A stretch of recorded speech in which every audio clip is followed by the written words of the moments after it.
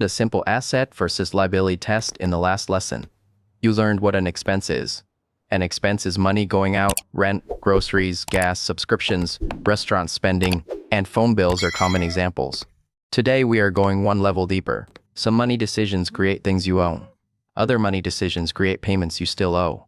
If you do not understand the difference, your money picture can look better or worse than it really is.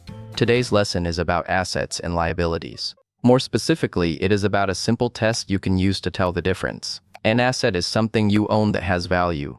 A liability is money you owe, or a financial obligation you must pay now or in the future. Assets are about ownership and value. Liabilities are about obligation and payment. Money in your checking account is an asset. Money in your savings account is an asset. A paid-off bike, a paid-off phone, or tools you own can be assets if they have value. A car can also be an asset because it has value. But if you still owe money on the car loan, the unpaid loan is a liability. This is where beginners often get confused. One item can be connected to both an asset and a liability. The car is the asset. The car loan is the liability. The phone is the asset. The phone installment plan is the liability. The house is the asset. The mortgage is the liability. So the better question is not only do I have something valuable, the better question is, do I own something and do I still owe something? Here is the simple asset versus liability test. Question 1. Do I own something that has value? If yes, you may have an asset. Question 2. Do I owe money for it? If yes, you also have a liability. Question 3. Does it create required future payments? If yes, it affects your future cash flow. Question 4. Can the amount grow if I delay payment? If yes, the liability may become more expensive over time. This test helps you look at the whole money picture, not just the object. Imagine you buy a laptop for school or work. If you pay in full and the laptop still has value, it can be an asset. It may help you study, work, apply for jobs, or run a side hustle. But if you buy it with a payment plan, the laptop may be an asset while the payment plan is a liability. The laptop is what you own. The payment plan is what you owe. Both can exist at the same time. Now imagine you use a credit card to buy clothes. The clothes may have some value, but they usually lose value quickly. If you do not pay the credit card balance in full, the unpaid balance becomes a liability. If interest is added, that liability can grow. That does not mean clothes are bad. It means the balance you owe needs to be understood clearly. A liability is not always evil. A student loan can help someone pay for education. A car loan can help someone get to work. A mortgage can help someone buy a home. A liability creates a claim on your future money. In simple words, part of a future paycheck may already have a job before you receive it. If you owe a car payment next month, part of next month's income is already promised. If you owe a phone installment, part of future income is already promised there too. If you carry a credit card balance, future money may need to cover the balance and interest. That is why liabilities reduce flexibility. Flexibility means having more choices. When required payments are low, you usually have more room to decide what your money should do. When required payments are high, your paycheck can feel smaller before you even spend anything new. Here is a simple example. Mia earns $3,000 per month after taxes. She pays rent, groceries, utilities, gas, and insurance. Those are expenses. She also has a $400 car payment and a $100 credit card minimum payment. Those payments are connected to liabilities.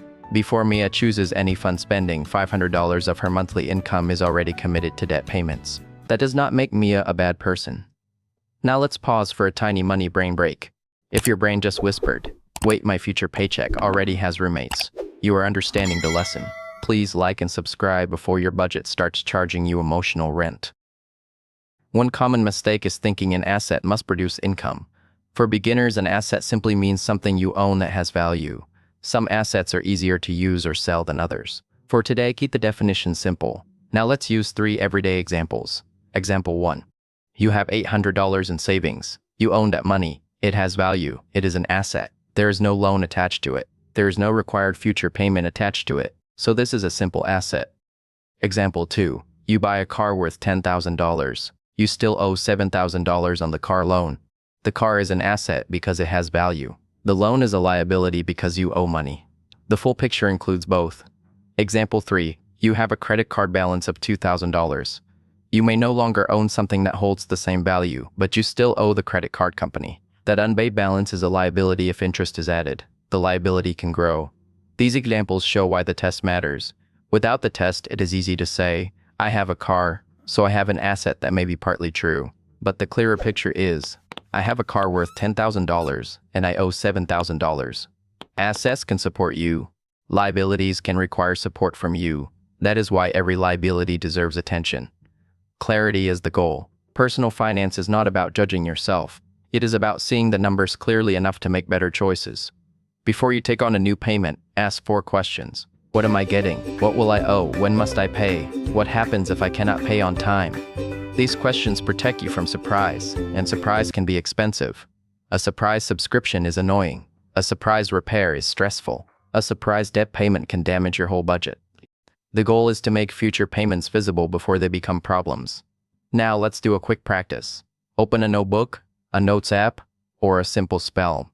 Make 2 columns. On the left, write assets. On the right, write liabilities under assets.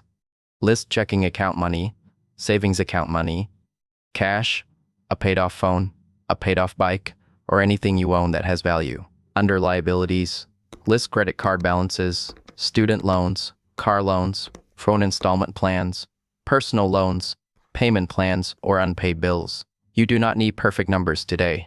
Start with what you know. The first goal is awareness. Awareness comes before improvement. You cannot organize what you cannot see. Once you make this list, you will notice something important. Your financial life is not only income and expenses, it also includes what you own and what you owe. This bigger picture will help later when we learn net worth. For today, just understand the 2 sides. Assets are the things you own that have value. Liabilities are the things you owe or must pay. If something has value and you own it, think asset. If something creates an obligation, required payment, or unpaid balance, think liability. If both are true, write down both sides. Before we finish, here is your simple memory phrase. Assets are what you own. Liabilities are what you owe. Future payments are not invisible just because they are in the future. Say that again. When a monthly payment looks small, small monthly payments can add up. $10 here, $20 there, and $50 somewhere else can quietly fill your future paycheck with tiny financial roommates. So before you sign up for the next payment plan, pause and use the test. Do I own something valuable? Do I owe money? Is there a required future payment? Can the cost grow if I delay payment? That is the simple asset versus liability test. This lesson is for education only and is not personal or financial advice. An asset is something you own that has value. A liability is money you owe or a financial obligation you must pay. One item can involve both an asset and a liability. A car can be an asset, while the car loan is a liability. A phone can be an asset, while the installment plan is a liability. Liabilities matter because they can reduce future flexibility and affect future cash flow. The key is not fear. The key is clarity. When you know what you own and what you owe, your money picture becomes less blurry. And if this lesson helped your brain stop fighting with the words asset and liability, subscribe before your calculator files a complaint. In the next lesson, we will learn about profit and loss. You will see how to tell whether a simple selling activity, side hustle, or small business idea is actually making money or losing money, because money coming in does not always mean profit. And that is where the next lesson begins.